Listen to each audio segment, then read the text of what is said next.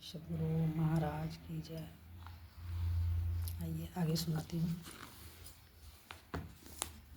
महर्षि जी की अंतर्मुखता। मन बुद्धि आदि इंद्रियों के आगे तक जिनकी गति हुआ करती है, वैसे संत की प्रत्येक अंतर्दशा सामान्य लोगों के लिए समझ पाना बड़ा कठिन है। इसलिए तो संत दादू दयाल जी ने भी कहा, दादू जाने न कोई संतन की गति गोई। संत की गतिविधि का रहस्य कोई संत ही समझ सकते हैं। इस सच्चाई को मानते हुए भी स्वभावतया सामान्य बुद्धि कुछ न कुछ अनुमान किए बिना नहीं रह पाती। दंत धावन, भ्रमण, जलपान, भोजन, वार्तालाप, प्रवचन और प्राकृतिक दृश्यों के अवलोकन के समय भी गुरुदेव कभी कभी अंतर्मुख हो जाते हैं।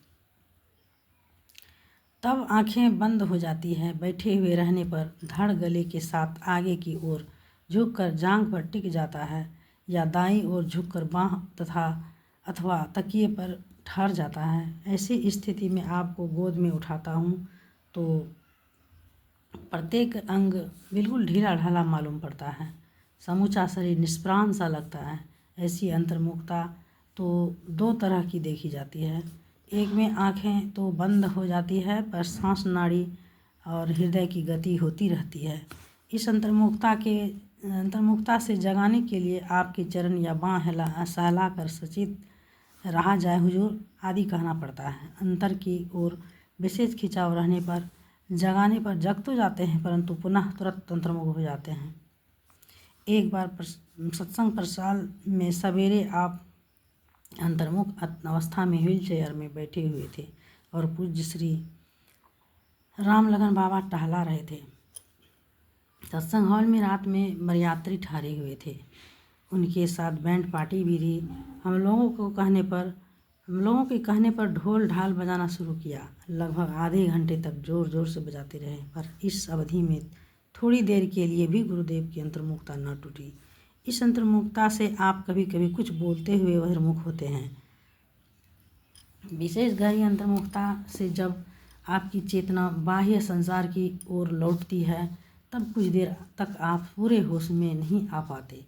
इसलिए कभी कभी पूछा करते हैं कि मैं कहाँ हूँ, अभी रात है या दिन, मैंने दातुन या भोजन आदि किया कि नहीं।